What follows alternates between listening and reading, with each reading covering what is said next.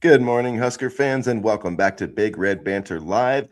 We are back here today on this Saturday morning. It's another game day for Nebraska basketball as they're going to be playing Vanderbilt tonight for a berth in the Sweet 16, which is not, words that I'm used to uttering when I'm talking about Nebraska basketball. So big game tonight for the Huskers. And when we were last year, we were talking about Troy. We previewed that game. Our predictions both ended up being right. And actually Nebraska blew past, the spread. We both picked them to win, but not cover the spread. And they dominated that first game against Troy, which I thought was, about as well as Nebraska could play. So I thought that was a really great introduction. So we're going to break down this matchup with Vanderbilt, why you should be worried, how Nebraska can take advantage of this. We might get to a little bit of football talk if the conversation goes that way. So hopefully y'all join us from YouTube, Facebook, hop into the chat, let us know what you're thinking.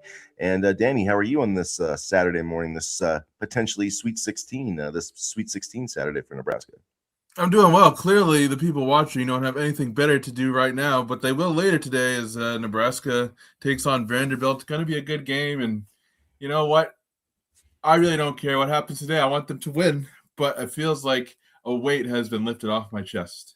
I can finally just enjoy the tournament and relax. And man, yeah, we were wrong on the predictions. We thought it was going to be close, and that's why we don't gamble on these things. So there you go. Yeah, I mean, Nebraska, they just, they were ready. The 15,000 strong fans. I mean, that was incredible. Price Sanford, the defense I thought was the thing that really kind of drove this home. I know Troy, hit some threes early, which will happen sometimes. But I mean, after they went up 15-12, I mean, Nebraska just put the clamps down. And Nebraska had more three-pointers than they had, field goals for the entire game. So, hopefully we can see that effort again tonight because – that's the team. Like when Nebraska was really playing well, that's when they were really excelling on the defensive end. And it was kind of, I just thought that they, complemented each other, on both ends of the floor. You get stops, you can transition a little bit.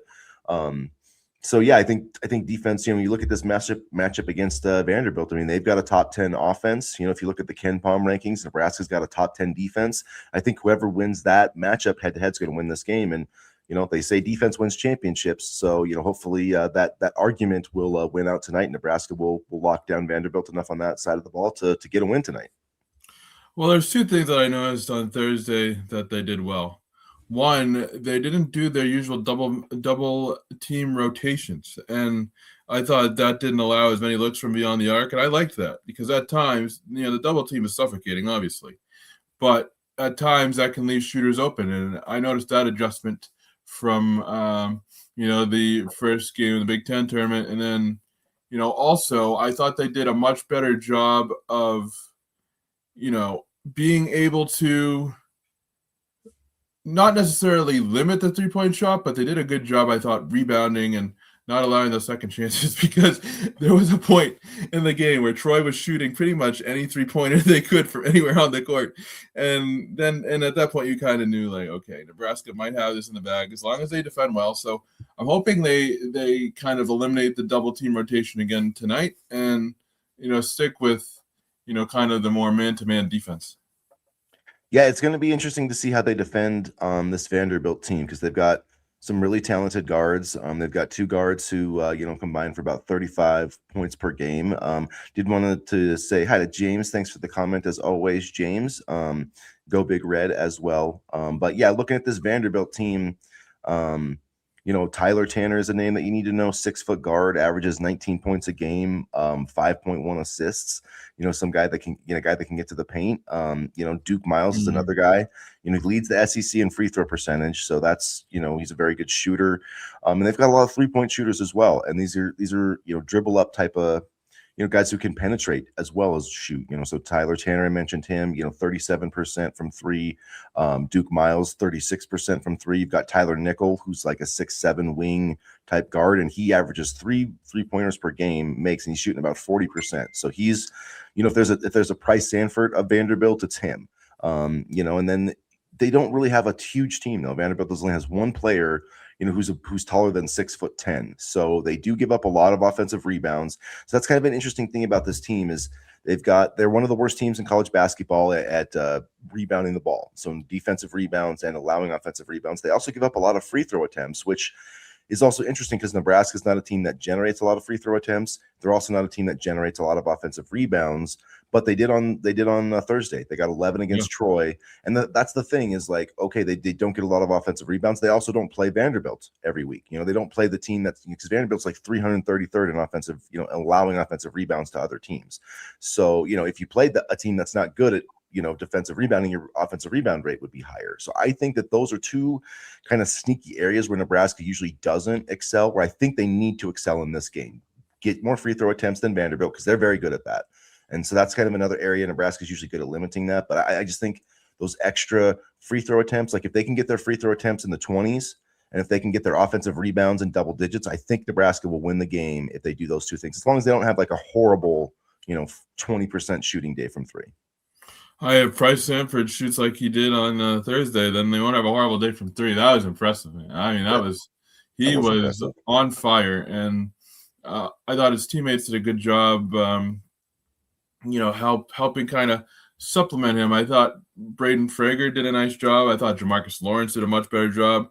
Rink Mass did a great job on the boards. So, like I kept saying, all they had to do is get out a Big Ten play and things would improve. And they looked well rested and ready to go on Thursday. So I'm hoping they come out with that same type of energy tonight. I thought they did a good job of not, letting the first half lulls kind of get to them like they have been at different times this season. So overall, I thought it was a really good showing on Thursday. Yeah, Price, incredible, and that's what you need your stars to show up in the NCAA tournament. And he did, and I think, it's hard with him because he's only played at Nebraska 1 year, but there hasn't been many seasons like better than his. He set the record for 3-pointers.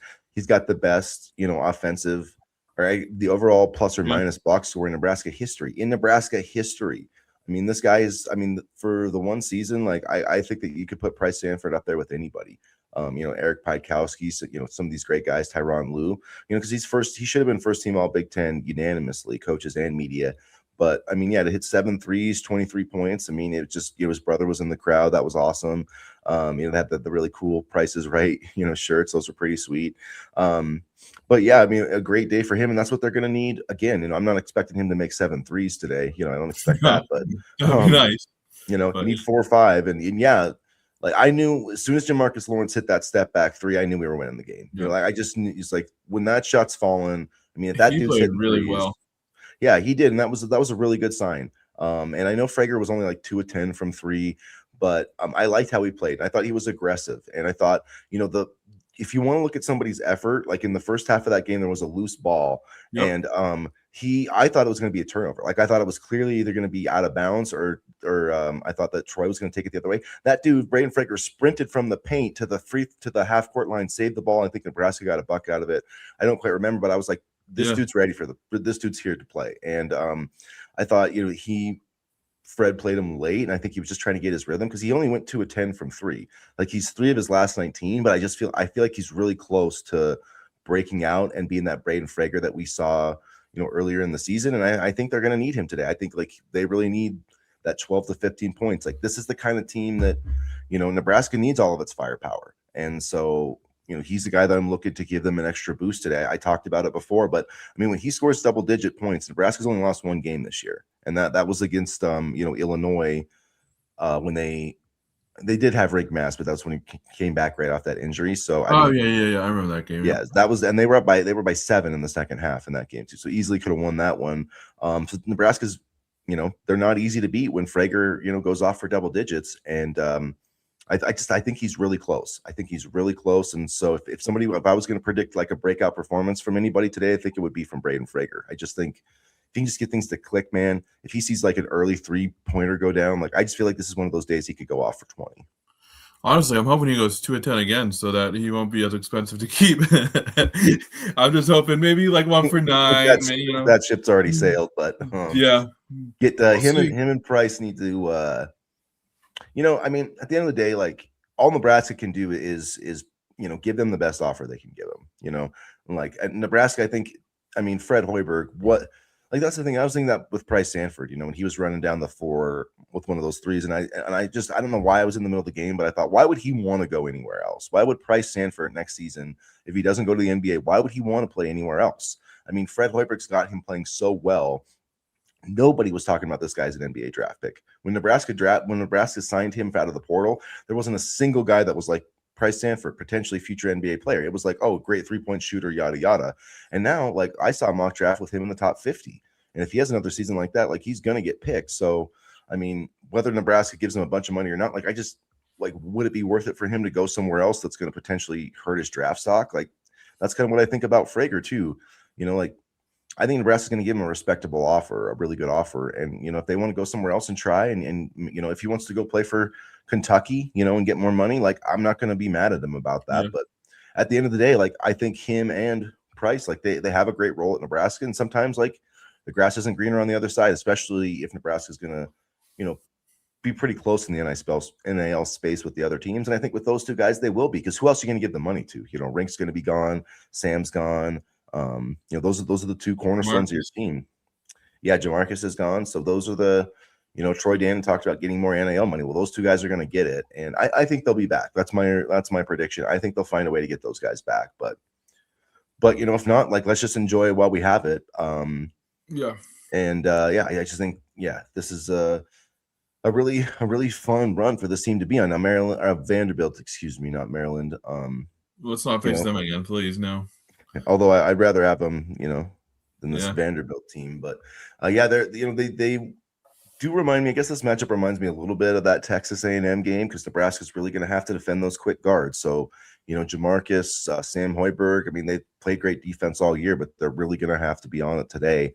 And then I think, you know, Berkey, Boye Contuncel's going to have to, you know, he's just kind of the, you know, he's kind of like the, you know, almost like the garbage man, you know, because he doesn't do anything fancy. He doesn't do anything fun. You know, sometimes he'll hit a three, but mostly it's just like rim protecting, rebounding, the little things. But when he's doing the little things well, this team plays pretty good. And so he's a guy that, you know, he needs to do what he does well tonight against Vanderbilt. You know, protect the rim, get some offensive rebounds, you know, use his length to, you know, affect some of their shots. So I think that he deserves more credit than he's been getting.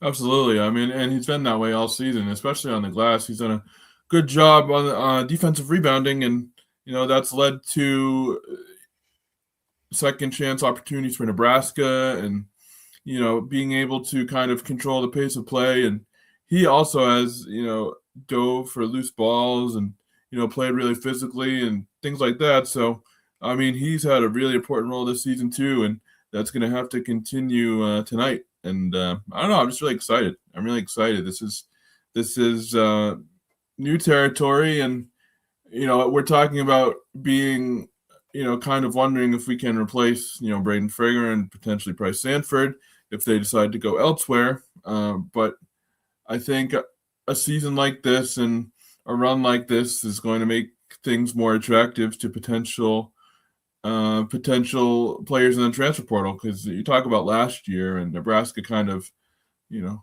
fell apart towards the end of last year, especially when it came to conference play. But now there's something you can sell to potential prospects who may be deciding between Nebraska and other schools. And it's nice to have Creighton in the NIT and in the Crown, excuse me, not the NIT, the Crown, and not us this year, but just shows you what I think of the Crown right there. Yeah, it's well, the Crown only has 8 teams this year, so it's, you know, those tournaments are just, you know, people, it's kind of getting hard to, you know, without Nebraska, probably not many people would have watched that last year, you know. So yeah. But yeah, James, I doubt Price, I doubt Sanford will leave. He's in the place. I agree. And, you know, it's like players are going to start taking notice of this development of Fred Hoiberg, you know. And we talked about it before, but, you know, Bryce Williams, Keisei Tominaga, I mean, even Juwan Gary, you know, there's just a lot of guys that, you know, just every player that Fred touches, I mean, seriously, they get better offensively. I mean, you know, that's almost like universally. If you're a good shooter, Fred will make you a great shooter. You know, if you're a great shooter, he'll make you an elite shooter. You know, if you can't shoot the ball at all, like Fred could probably turn me into like a 31% 3-point shooter if he had enough time. You know, like seriously, he figured it out. You know, like that's how damn good of a coach he is. So I think, you know, when they get more money and, you know, like I just think that players are going to start taking notice of this. And yeah, I don't think that this is going to be the last time that we are in the NCAA tournament. I don't think this is going to be the last time we win an NCAA tournament game with Fred Hoiberg. I really think this is just going to be, you know, not the floodgates opening, but I do think I think we're in an era of Nebraska basketball that, we're going to have unparalleled success over the next 5 years. I do think Nebraska's going to win tonight. I'll say that. Like, it's not going to be easy, but I think they're going to get there. And I don't think this will be the last time they make the Sweet 16 either. Like, that's the kind of coach that Fred Hoiberg is. They locked him into an extension, and like, this is everything I dreamed of, when he was hired. And then it was rocky for the first few years, but thankfully, Trev Alberts, who's now making gobs of money over in Texas, was smart enough to keep Fred Hoiberg around. That was probably one of his best decisions for Nebraska. And here we are now, playing to go to the Sweet 16. Like, the thing is, like, once you make the Sweet 16, like, to me, then it's like, then you're competing for a national championship. Like, I know you still have to like make other games to get there, but if you're in the Sweet 16, like, you're in the actual tournament, like, you're 2 games away from the Final Four. And so it would just be great to have like one of our men's teams be, I understand wrestling was second last year, but to have Nebraska like be back on that stage, or to be on that stage in the first time in basketball, would be a truly great thing. So we'll see if they can get her done tonight. I think it's going to be, that's good. It's going to be a wild atmosphere. Even the Vanderbilt coach, after their game on Thursday, was like, man, I didn't realize that we were going to be playing a road game on Saturday. So they know what they're getting into, at least. In the Nate Loenzer era, 70 points is the magic number. Thanks to Dave Fight for this. They're 64-9 when allowing less than 70 points, 32-60 when allowing 70 plus points, and 3-34 when allowing 80 plus points. So that's an interesting stat right there. Okay. Yeah, I could see him. Yeah, I could see him under that 70 line, and because Nebraska, like, when they like, Michigan wants to run up and down the court. Nebraska doesn't really want to do that. They do, but they're much more of a team that, like, we'll get into the half court and run our stuff, and it's like, try to stop us running our stuff because Fred runs really good stuff. You know what I mean? Like Rink. And I agree with you. I thought Rink was really good. He needs to. For some reason he's having trouble finishing, and I'm not sure if that's still just like fatigue or whatever. But I really thought he made a big impact on the offensive boards. I didn't like what I saw from Jared Garcia. I don't really want to see him today. I mean, like, he just did not seem ready for the moment. And Fred yanked him pretty quickly, but it's like, you can't. These games are too important. They're too important. And I mean, they might need him tonight, and maybe he'll be better. But yeah, he needs to have a quick leash, like 1 turnover and done. Because I think he had a couple quick turnovers, and it was like, just can't have it. Yeah, he just tried to dribble, and every time he put the ball on the floor, it was a turnover. Yeah, and it's just like, you got away with it against Troy, but in these NCAA tournament games, like, there's not many possessions, and every single one is absolutely critical. So I'm not sure if we're going to see old Jared Garcia tonight. Maybe we'll see, because I mean, have a big bench, so probably he does have the size. Yeah, I mean, it was interesting because he's been getting like 1 or 2 rotations, and last he only got 1 that I can remember. So it is what it is. I mean, you got to meet the moment. So, hopefully, but yeah, Jamarcus, I think if he could get going, that would be huge. And, Frager, but Frager to me is still, outside of like the defense, like I think defense is going to decide this matchup one way or another, but I really do think that Braden Frager could be the X factor tonight. Yeah, I agree. I'm very interested to see what Price does. It's nice to not have Big Ten officials, because Troy wasn't getting away with the hand check that so many Big Ten teams had, and that allowed Price to move a little bit better. It definitely made a difference when he was, trying to cut and move without the basketball, and that was good to see. So I hope the officiating stays consistent. Yeah, it's definitely not, I don't think they're going to let him get mugged, and so that did make a big difference. And fouls, huge factor tonight. I mean, in every game, because there's just 5 of them could be that they go quick. So, this Vanderbilt team, I don't know. I think it's kind of a toss-up game. I really do. But I don't know. I feel like this is not a bad matchup for Nebraska. Like, I know it's an SEC team, and they're probably have some quickness and all that. But it's not like Nebraska doesn't play those kind of guards in the Big Ten. So I don't know. We'll see, but it is a really good offense. They've beaten good offenses before. They beat Illinois, they beat Michigan State. Purdue's handled them a couple times. So that is kind of the one thing that goes into my mind. I'm not saying that, Vanderbilt's quite as good as Purdue. If you look at the Ken Palm, I think Purdue might have the best offense in college basketball. Let's see. Yeah, Purdue's number 1, Illinois is number 2 in terms of just adjusted offensive efficiency via KenPom. So Vanderbilt's 8, and luckily us, we get to play the 10th best team in the KenPom. It shouldn't be. So if you're thinking about a 5 seed, 5 seed should be like 16 to 20, 17 to 20 if they were seeded correctly. So there, you've got it's really interesting because you've got the teams ahead of Vanderbilt, 1 seed, 1 seed, 1 seed, 1 seed. Then you have the 2 seeds. So like Vanderbilt is ranked higher than half of the 3 seeds. They're ranked higher in the KenPom than Gonzaga. They're ranked higher than Virginia. They're ranked higher than all of the 4 seeds. So Nebraska didn't. The committee didn't do any favors, I would say, by putting Nebraska, in a 4-5 matchup with Vanderbilt. They probably should have been seated a little bit higher, but it is what it is. Honestly, who cares? I mean, look at Wisconsin.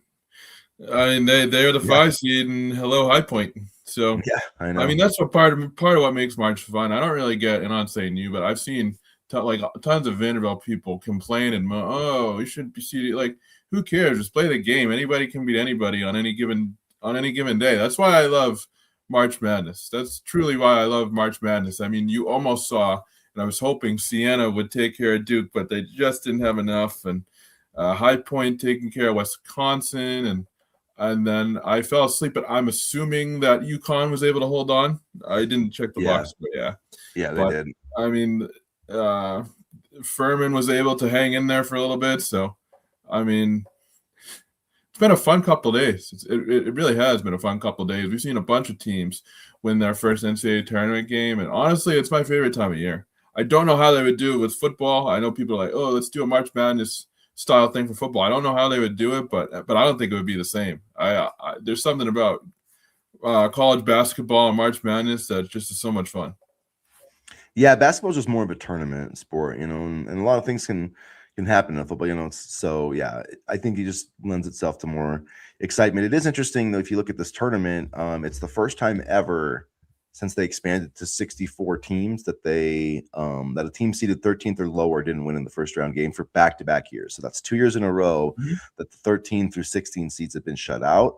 And I think that's probably, I don't know, it just seems like that's the way things are going with NIL and more players transferring up. And, like one player I'm thinking about, like Wally Serbiak, played for Miami of Ohio, Yep. He wouldn't have stayed there nowadays. He'd have played at Miami of Ohio for like a year or two, and then he would have gone to like Indiana or something, and he'd just be like playing for Nebraska. So I do think it's harder for some of these teams to, to kind of break through. And yeah, I think there was like a lot of the games were decided by, like 20 points. I think it was 21 to 32 games. So I do think that the Power 5 teams do seem to be widening that gap a little bit, which does bum me out. I think this first weekend of the tournament's going to become a little less exciting, in the future, because there's just going to be a bigger difference, I think, between the haves and the have-nots. And so starting to see that a little bit. Yeah, for sure. But I think also it's just fun to kind of see the teams that aren't supposed to be here, and yet they make a nice run. But I mean, there's been so many great storylines so far with Nebraska and High Point, and Kentucky almost lost yesterday. So yeah, I mean, there have been some still good storylines, but I'm assuming your bracket's busted. It's not terrible. I did have Wisconsin going pretty far, so that kind of screwed me a little bit. But I still have, they're the only team I have in the Elite Eight out, so I still have 7 of my 8 from the Elite Eight. And I've only got 14. So North Carolina was the only other, I had them going to the Sweet 16. So them and Wisconsin are my only Sweet 16 misses right now. So it's not looking great, but as long as I hit everywhere else, I'm okay. But yeah, I picked Duke to win it, so my bracket was almost screwed there. But I was still cheering for Siena though. But I was too, and they almost had it. And they're not a bad team. They really aren't a bad team at all. Michigan was only up 4 points at halftime too, so that ended up being kind of an interesting game. And they didn't, neither Duke or Michigan covered the spread. So we'll see if I think St. Louis is going to give Michigan a game. That's that first game today. I think that's going to be, that's like one team. That's what we're talking about, like matchups. Like Michigan could have played any of the other 4, probably 8 seeds, and would have been a lot easier matchup. Where St. Louis is just kind of a 5-out team, like a Nebraska or Wisconsin that could give them some trouble. So, and here we were worried about Nebraska barely covering the spread, and they won by 30. So, or 20, 25 plus. I don't know. I can't do math. It's too early for math. But that, like, it does, like, it just, and I brought up this one of the times during the stream, but that 2013 Michigan team, which finished like they were a 4 seed, like Nebraska. They started strong. They started great, like this Nebraska team, and then they had some struggles. They went out in the first round of the Big Ten tournament, and people were like, "Oh man, this team might lose in the first round." And then they went to the Final Four because they came out in that first weekend and they dominated 2 teams. And I feel like winning your first round game like that does do something. It does give you some momentum, and that was the Nebraska team we haven't seen for a long time. Like that was like this team would go on great runs, like these 20, 25-3 runs or whatever, and we haven't seen that for a while. And we saw that on a Thursday. I keep trying to say that was Saturday, but so I just feel like this team, even though it was one game, I just feel like they found their mojo again.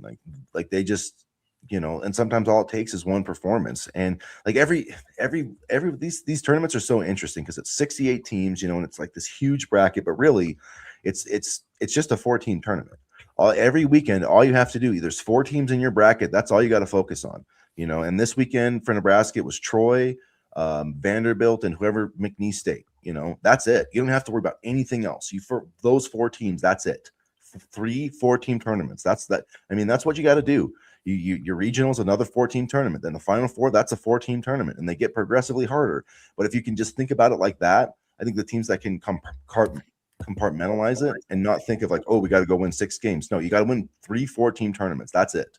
And Nebraska's 1 game away from winning their first. And so it's like just going into tonight, I just feel really good about this matchup. And that's the thing too, is like Fred Hoiberg, he's taken teams to the Sweet 16 before. Like he knows, like he's not at all going to be, oh, how do I prepare for this game? Like this is his wheelhouse. Like this is what he's good at. He's won 5 NCAA tournament games, I believe. Like he's won these things before. Thursday? Yeah, I think including Thursday. I think yes. I'll have to double check that, but I'm pretty sure including Thursday that he's got 5 now. So like I feel like Nebraska's got an advantage there, and just having that buzz and that confidence of playing well in a tournament. I mean, like now they're going to turn around and Price is going to shoot in the same gym he just made 7 threes in. You know what I mean? Like I just feel like travel. That's a good point too. Yeah. Mm-hmm. Yeah. So Kansas had a closer game than expected. Yeah. I'll have to say I didn't really watch that, and then I saw that I got like the notifications on my phone. It's a close game. You're like, oh God, I got to turn the TV on. Yeah. Sure. It was fun though, and I've honestly, like, I love the women's tournament too, so I've been watching a lot of the women's. Yeah, I'm bummed about the women's, but yeah, I mean, I think Amy Williams definitely had a reason to be upset at the officials down the stretch. And I don't think she should be fired. I keep saying, Amy Williams should be fired. I don't think she should be fired. Yeah, people are dumb. I mean, like I said that the other day, if you think Amy Williams should be fired, like that's just a stupid thing to say. Yeah. Like this team's been to the tournament 3 years in a row. They've won a game in the tournament 2 out of 3 years. She's clearly doing right by Britt Prince, who's one of the, she's first, like Britt Prince's development is exactly what you would want it to be at this point. Her sophomore year, she's all Big Ten, on the way to be all American, on her way to being probably a first round pick in the WNBA draft whenever she, because players can't leave early. So she's got to play 2 more years. So yeah, like, and they get, and it's a bummer too, because, Natalie Potts was supposed to be a huge part of this program, Big Ten Freshman of the Year 2 years ago, and they haven't had her play again. So if they can keep Britt and some of these other girls, get Natalie back, they've got a 5-star coming in as a freshman, another 5-star. They've got 2 recruits in the top 50 that they signed. So like Amy Williams has this program headed in the right direction. And I think the Sweet 16, like the second weekend of that tournament, is in their future too. But they're going to have some work to do with, because I'm sure people are going to be trying to tamper with Britt Prince, no doubt about it. I had people telling me yesterday that Baylor wasn't a good team. They absolutely were a good team. Maybe they didn't play their best on Friday, but they still are a very good basketball team. I don't know where the thought process was that they're not a good team. I mean, they're very physical. They have length, good shooters. Maybe not yesterday, but I mean, they're a good basketball team. I don't know what people are talking about. Yeah, and then I can't remember, they were down 2 or 3, and they had that offensive offensive foul on the Maya, which I get it was probably a foul, but it's like you haven't called those things all game. Yeah. And so it just, I don't know. I hate when refs do that. It's like, you got to let the kids play, especially at this time of the year. So, and the men's refs did that to their credit. I thought that they did a good job. Yeah, I did. Yeah, I thought the officiating was pretty good. Again, it's amazing what happens when you get out of the Big Ten. Suddenly, you're like, oh, what's this? A fairly called game? That's nice. Yeah, I mean, there's some bad refs in the Big Ten. But overall, I thought the Big Ten did pretty well the first day, I guess. The first 2 days. I mean, Wisconsin lost, which was kind of a black eye. Ohio State lost, but I think everybody else won. Like Iowa beat Clemson. People are mad at Ohio State. I've been reading some of the message boards and stuff, and they're not happy. I mean, I've seen posts where they should have said that, Ohio State should have gone after John Calipari and not Diebler. I'm like, there's no way Calipari was going to Ohio State. Let's be real here. He was taking a one-way ticket to Arkansas, and that was that. That was no, but I did. There was quite a bit of talk though that Dusty May wanted to go to Ohio State, and that they kind of rebuffed him and decided to stick with their guy. So I don't know. We'll see how that one works out. Well, that's a colossal mistake, but. Yeah, Jake Diebler. I mean, because he was the interim coach that year or whatever. That he and they did come on strong with him. They did do well, yeah. But yeah, and I like him. But if you had Dusty May knocking down your door asking if he could coach, and you say no, I don't know. Yeah, so Louisville and Ohio State were both kind of in the mix there for Dusty. So Michigan lucked out there. It makes a big difference, and as we know with Nebraska, having the right head coach makes a huge difference. So now, did Jake Diebler play, or did his brother play, or did they both play? I don't know. I think Jake Diebler played, but I honestly don't know. But yeah, no. If Dusty was calling and they decided to go with Jake, I don't know about that one. But yeah, he played. He played for Ohio State, and also. Lost in the Ohio State loss is the fact that we never have to face Bruce Thornton again. So that's pleasant for Nebraska. Yeah, he was a darn good player, man. But, he was, and he always seemed to give us trouble. And he had the unique blend of speed and kind of quickness without the ball, and he knew how to get to the line. You talk about trying to get to the free throw line. He knew how to get to the line and initiate contact. So I'll be so glad we don't have to see him again. Man, so one thing, just back to Britt Prince, she had 28 points yesterday, 49 points over 2 NCAA tournament games. And yeah, 50-40, she was 50-40-90 this year. I mean, you could tell, man, she is an absolute baller. My gosh, she's fun to watch. And just the way she was stroking threes, it was like, man, she just could get a little bit of help, But it is what it is, and they're working on it. I think Amy's really does have some good talent, and so just a little more developing. We'll get there. It's hard to win as a lower seeded team in the women's tournament too. It just is. It doesn't happen as often, as it does with the men's. So it's interesting because I feel like there's less parity in the women's tournament because I feel like the top seeds are really, really strong.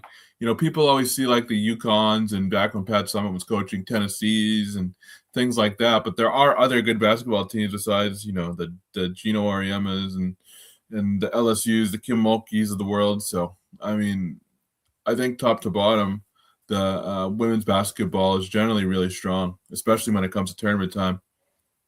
Yeah, and it's it's just a whole different sport really because they don't have the one and done rule. So like you have to play 4 years. You can't leave. Like you can't go to the NBA until your class graduates, the WNBA, excuse me. So like even if Britt Prince is good enough to play in the WNBA, she can't. She can't even enter the draft even if she wanted to. So she has to play 2 more years. So that's where, like UCLA's got, they've got Lauren Betts and Kiki Wright. Like those are 2 All-American players that, in men's college basketball, they would have been gone.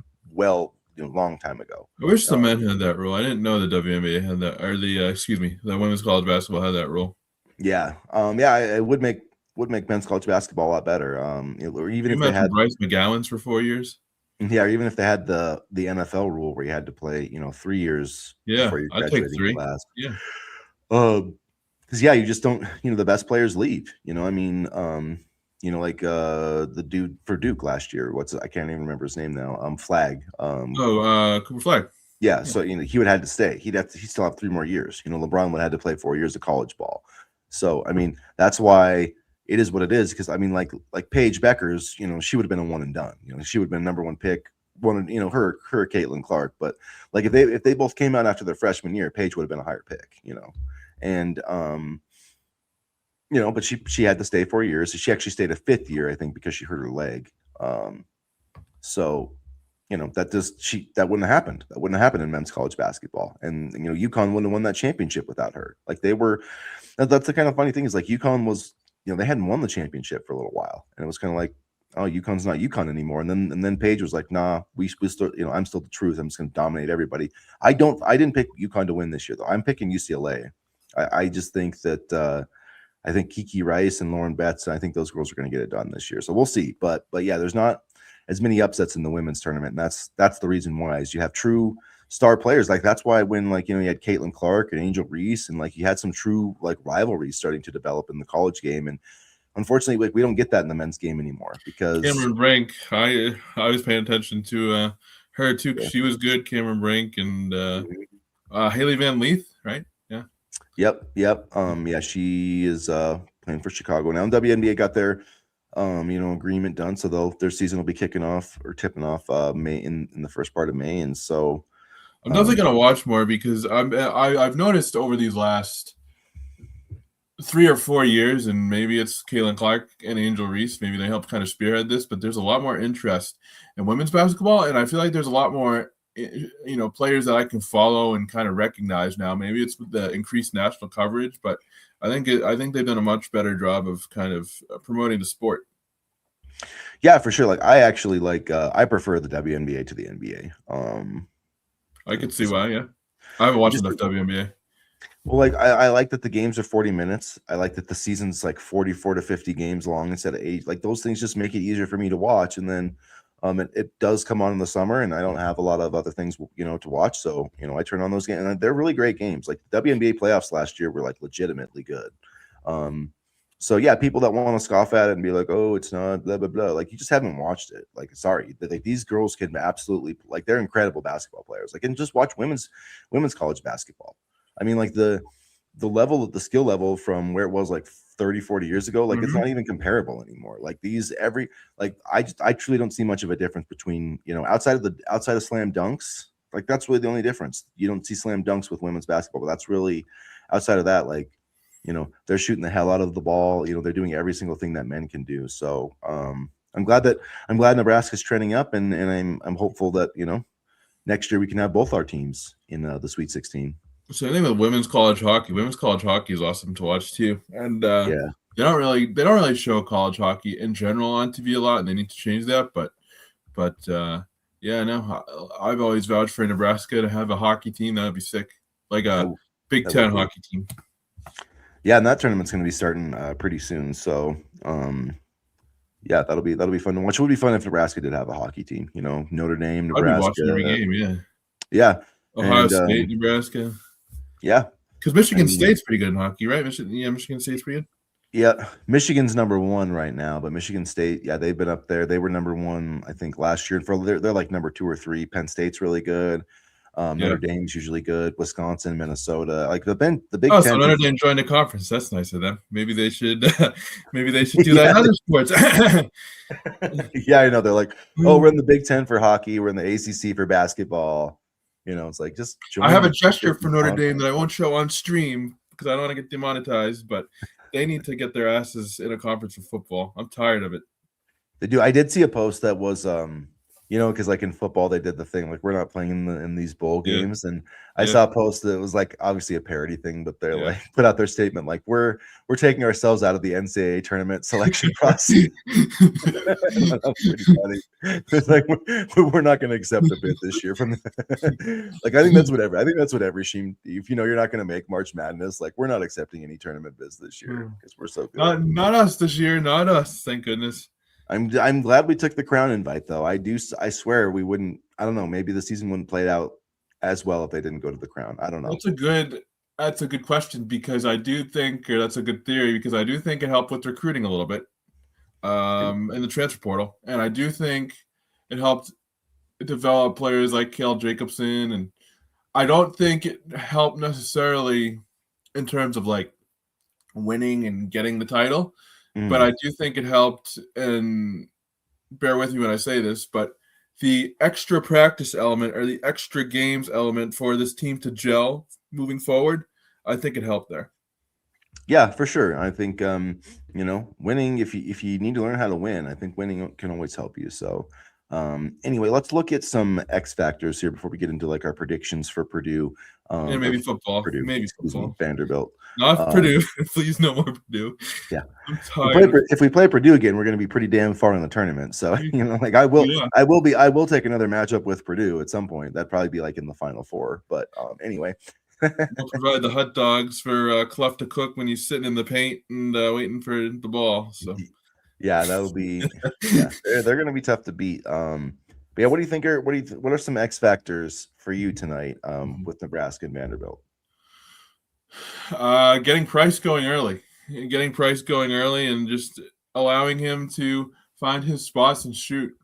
Getting him going early, and also not necessarily just relying on him, but getting other playmakers involved quickly too, which means if Jamarcus Lawrence gets the assists on the Price Stanford shots, and if he can kind of, play that role of assist man and point guard early, then I think letting him get touches is important. I think, playing good defense and not playing the double team defense that they played in the regular season, but like the defense that we saw on Thursday. I think that's the way you got to go in this tournament. I don't think you can do the double team rotation. They were very good at it for the most part, but a lot of times that defense is predicated on your opponent pushing shots, and I don't really like it at this time of year. So solid defense and maybe not, double rotations, and then just kind of get to the free throw line if you can. I know they're mostly a 3-point shooting team, but get to the free throw line if you can. And then, maybe I guess my last X factor would be don't let Jared Garcia touch the basketball at a key moment. I guess that's not something it did look like he was too big for the moment. I mean, he has played well this season in a bench role, but maybe, I don't know, just have him be a rebounder or something, because it is kind of weird. He doesn't necessarily play inside too much. He's more like a perimeter type of player, and it's kind of interesting to watch that given his size. I don't know if you know. Yeah, he's kind of like a 3-4 type. Yeah, he's kind of an interesting player. I mean, we'll see. I think he'll probably play better if he does play today, but I don't know if you can risk very much of it, because this is a really good team. James says the X factor will be rebounding. I do tend to agree with that. I think the team that gets more offensive rebounds today is going to have a good chance of winning this game, and I feel like that should be Nebraska. I mean, Vanderbilt's like, they're okay. They get 10.7 per game, but they give up 11.5. Nebraska gets like 10 a game, or they get 8.8 a game. Excuse me. So like, they're gonna have to out rebound, their average, but they've shown they can do that. And like Rink Mass was really active. I want to see that again. And this is just the thing about Vanderbilt is their top post guys are like 6'7", like their best low post scorer is 6'7". So I don't know if Nebraska is going to have to double those guys a whole lot.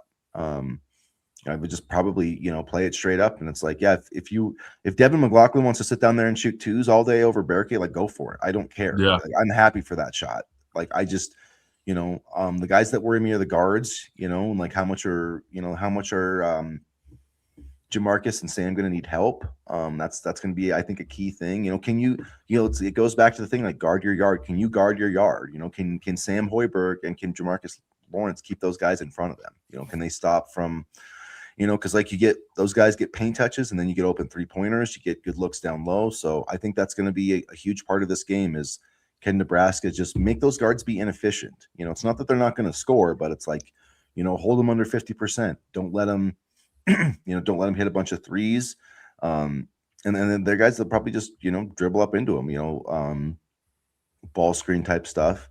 So they need to be very wary of those type of quick shots. And those on ball defense by the guards, I think, will be key. And then, like I said before, I think Braden Frager. I think Nebraska's going to need, you need something. You need like, outliers to win these games, like Price Stanford hitting 7 threes, like you need a game like that. And I feel like, Braden Frager going off for like 20 points. I feel like that will carry Nebraska through to the Sweet 16. So hopefully, it'll finally all click together for him tonight.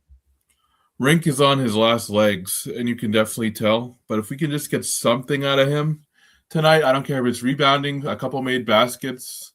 And I'm not saying that to be disparaging to him. You could just definitely tell he's tired. Like, he's played 6 years of basketball, and it's catching up to him. And he's done a hell of a job for this program, and he's been awesome. So if we could just get something else from him over these last couple of games, nothing big. I'm not expecting anything major, whether he facilitates, whether he gets those rebounds like he did really well on Thursday. I mean, I just want to see something out of him. I don't know if he can be the big time scorer that he was even at the beginning of the year. It seems like once he had that dehydration incident that was unfortunate, that kind of took the wind out of his sails a little bit. But if we could just get something out of him, that would be great. And I don't mean that in a disparaging way. Again, he's been awesome, but you could tell it's catching up to him now. And it sucks to see because he's been great. But just get something out of Rink and we'll be okay. Yeah, if he can just keep, the tank seems pretty close to empty, but if he can just keep finding a way, I think he was 4-9, I want to say, on Thursday. So he did pretty well, I thought. Was able to finish. And yeah, this isn't like a great, this isn't a great rim protection team in terms of Vanderbilt. So I think he should be able to take advantage of them, offensively. So let's see. Yeah. No, actually, no, they're a better little shot blocking team than I thought. So they do rank in the top 50 in shot blocking, but in terms of their 2-point defense, they're top 100, but not super dominant. So they give up about 48%. So I do think that there's going to be chances for him to score. And again, they're not an overly big team. So 6'10", 6'7", like their biggest player is 6'10". So it would be nice to see Rink if he could get some post ups and get some stuff going down there. But even just being a facilitator, being an offensive rebounder. I mean, the thing about Troy is they were determined to take him away. They were going to double on him, and I thought he did a good job of not trying to force it, not trying to force shots, and just letting. And it's like, okay, if you're going to double team somebody's going to be open. And so I thought Nebraska did a great job of moving the basketball. I thought that was one of the best parts of that game. He just had a lot of assists, and if you're getting shots off assists, like you're going to get a good shot, right? Like they say, like anytime you see a good shot, it came after a good pass. I mean, most of the time, and that was really true for Nebraska. It was a lot of good ball movement, and that's where this team is kind of at its best. When the ball's moving around the horn and they're making the extra pass. You don't want to have too much individual play, but they had 28 field goals, 20 assists. So if you're assisting on 75% of your field goals, like your offense is functioning at a pretty high rate. It's crazy to think about, like, when you look at all these programs and all the teams through the years and all the coaches, and right now we're living in probably with the best team in Nebraska basketball history, and I just hope fans realize what they're watching and appreciate it, because it kind of hit me on Thursday when I saw Kent Pavelka's call of the game and of the final seconds and just how excited he was, and I'm happy he gets to call another game today, that's for sure. Yeah, I was really happy to see. That was really awesome to see Kent finally get to do that. And yeah, for me, it was like one of the things on my bucket list still of things that I'd like to see my teams achieve as a fan. I'd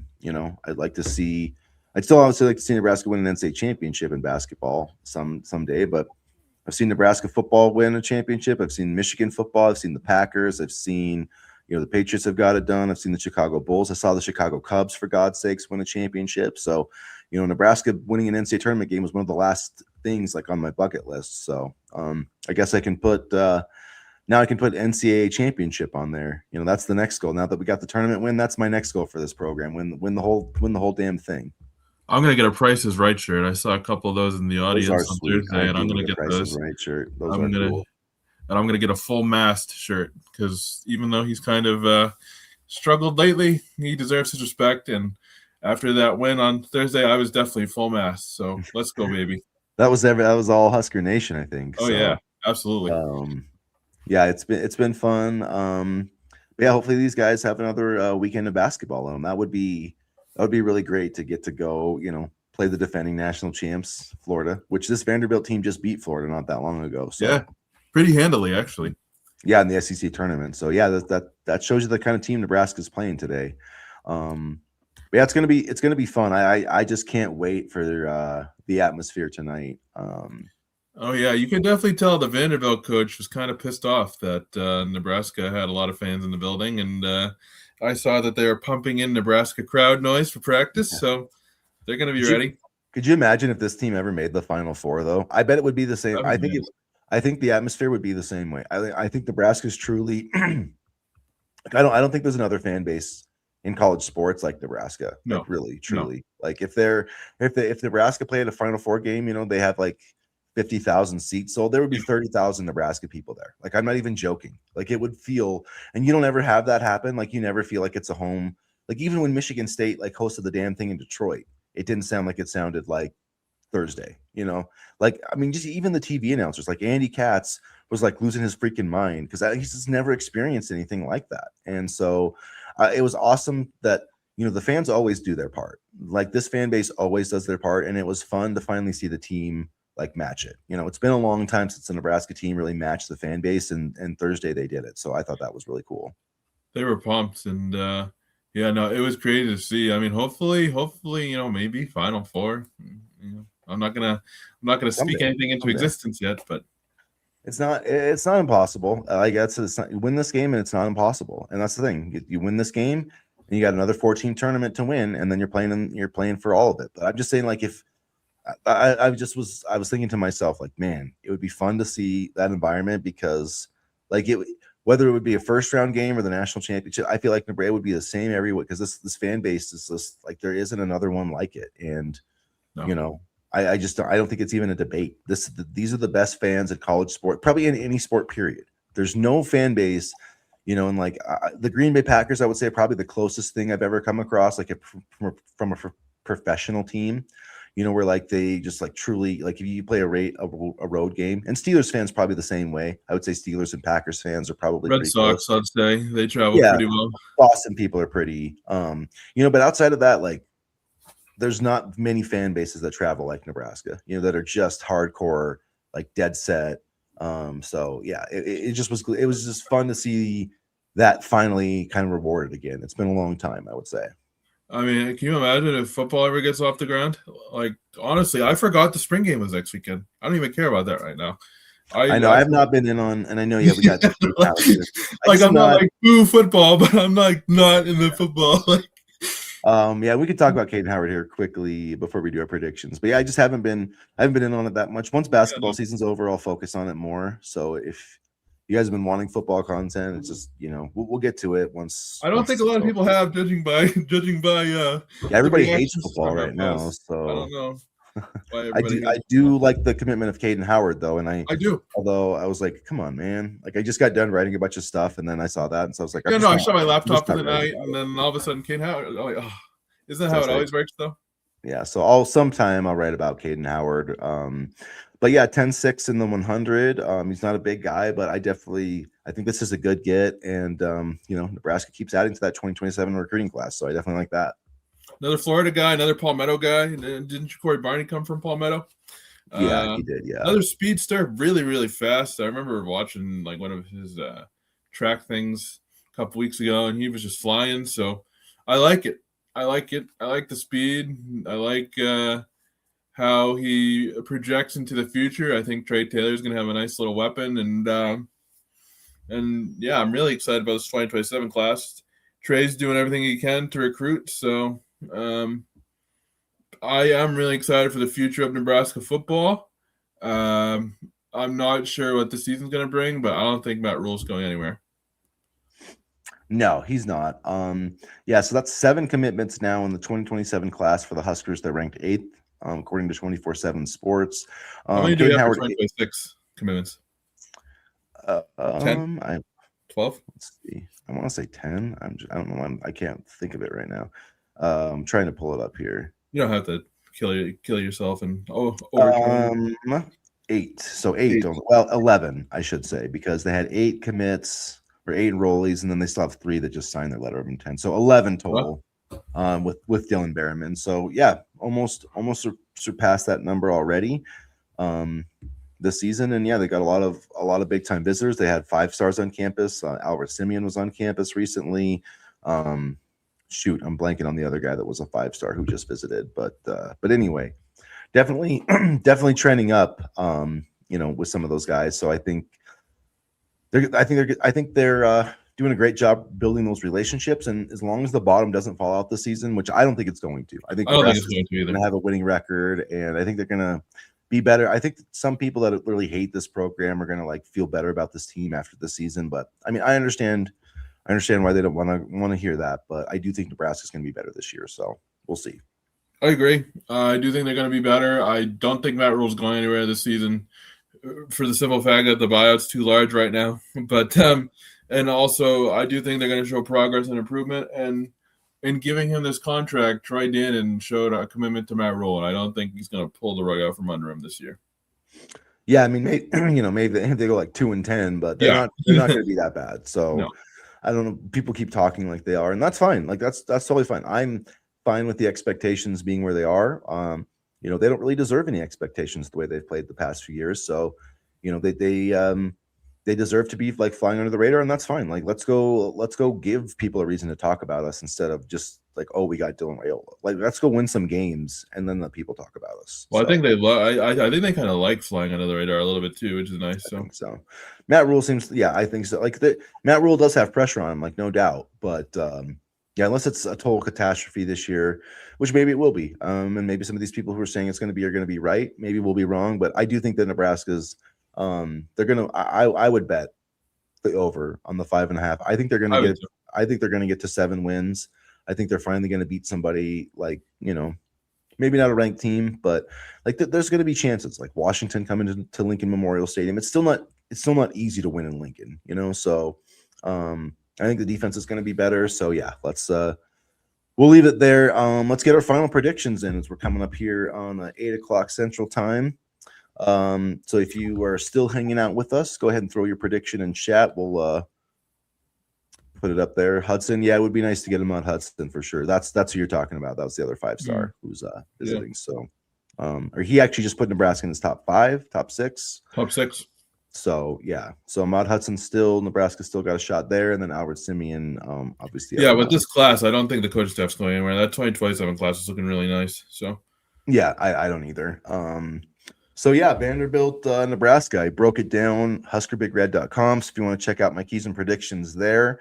I'm blanking on what I have the final score being, but I think it's I got Nebraska winning 76-72. I think it's going to be a close game. I think both teams are going to shoot fairly well from 3, but I just think Nebraska's going to make more threes. I think I think Bryce is going to have a good game. I think some other guys are going to play well too, namely Braden Frager.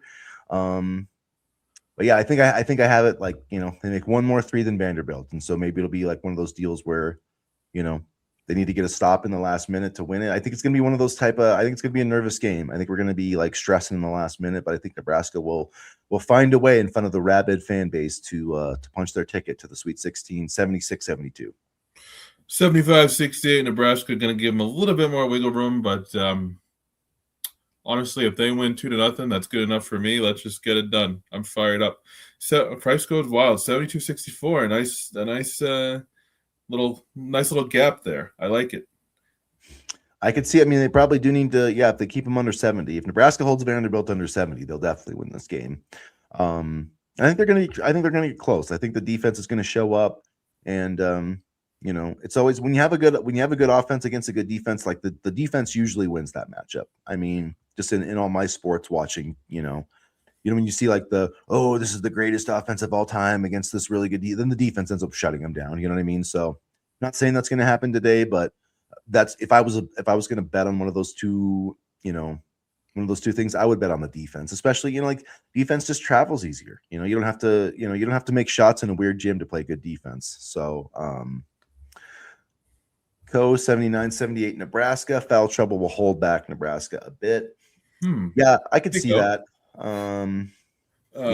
They're a really quick team, a quick dynamic team, and they're really good at getting to the free throw line. So yeah, I definitely could see that happening. With the way they call the game, though, I'm going to be interested to see if that continues because I liked how they called it Thursday, but we'll see. Nebraska has been, they've been really good at playing defense without fouling. That did wane a little bit during Big Ten play, but that's been one of their strengths. So if they can, like definitely, you want your foul numbers to be in the single digits, and you want your turnover numbers to be in the single digits. That's I call that Beeline ball. It's John Beeline formula. But Nebraska was doing that a lot this year when they were doing that 20-0 stretch. They did that quite a few times. If they could find a way to do that today, they'll definitely. If they have less than 10 fouls and less than 10 turnovers, they will win this game. I guarantee it. And hey, look, when you're guarding trees every game in Big Ten play, it's hard not to get into a little bit of foul trouble every now and then. But I think. Honestly, I think it's going to be a slower, more physical game, and I think this team is built for it. I really do. Yeah, this team is a lot more athletic than the one they faced on Thursday, and probably more athletic than most of the teams they play in the Big Ten. So that will be a challenge. Chris needs his coffee. Yeah, I do. I just think but I think this matchup does make me think of the Texas A&M game a couple years ago. Yeah. And if they can't keep those guards out of the paint, if Sam and Jamarcus can't keep those guys out of the paint or can't keep out of foul trouble, then yeah, they probably are going to lose this game. So I do think this team is better defensively than the 2023 team because you can't really hunt at a guy like they could Tominaga. I mean, Tominaga was an awesome shooter and awesome player, but he just couldn't defend too well. So, and teams do that. So Fred had to hide him and things like that. But I do think this team overall is a lot better defensively than the team that faced A&M. Yep, but Nebraska's still going to have to make shots, though. I don't think you're going to see they got to make double-digit threes. So that's if I had three numbers to say today, it would be double-digit 3-pointers, 20 free throw attempts, at least 10 offensive rebounds. Those are the obviously the fouls and turnovers too. But so kind of 5 things I'm looking at. But from a Nebraska perspective, I think those are 3 areas where even if they do have some extra fouls or turnovers, they can still find a way to win this game if they do those 3 things. So, yeah, I agree, and it's going to be a long wait today, but I'm going to be excited, and I'll keep tabs on baseball and softball too. So, a lot of stuff. They've been rolling. Although I think the baseball team lost their first game to Michigan yesterday, but 10 softball's now 4-0, 22-5. So yeah, they're definitely, the softball team is definitely trending towards hosting or maybe even being able to host the super regional this year. So we all remember them losing to Tennessee last year. So they seem determined not to put themselves in that position. So that would be great if they can kind of keep that rolling. 2 pitchers now too, with Alexis Jensen got the Big Ten pitcher of the week. So it's not just Jordy Fromm anymore in the pitching staff. Yeah. And, 2 years ago, I'll just say 2 years ago yesterday, Troy Dannon was hired as the athletic director here, and I think he's doing all right for himself. That is crazy. It was because they left right during March Madness. Trev left pretty quick, and then we had to figure out from there. And then freaking A&M beat us in the damn tournament right after he left for A&M. Yeah, that was a wild week. I remember that. Yeah, that was really lame. So I remember he was there. He was there, and it was like, screw you, Trev. Whatever. Yeah, I'm over it. It's fine. All right, you guys, let's wrap it up there. Thanks for hanging out with us this morning. If you haven't already, do us the favor, hit the like button, hit the subscribe button. We'll be back on Monday to recap it all. Hopefully, we'll be talking about the Huskers in the Sweet 16. Fingers crossed. Yeah, fingers crossed. But as always, go Big Red. Go Big Red.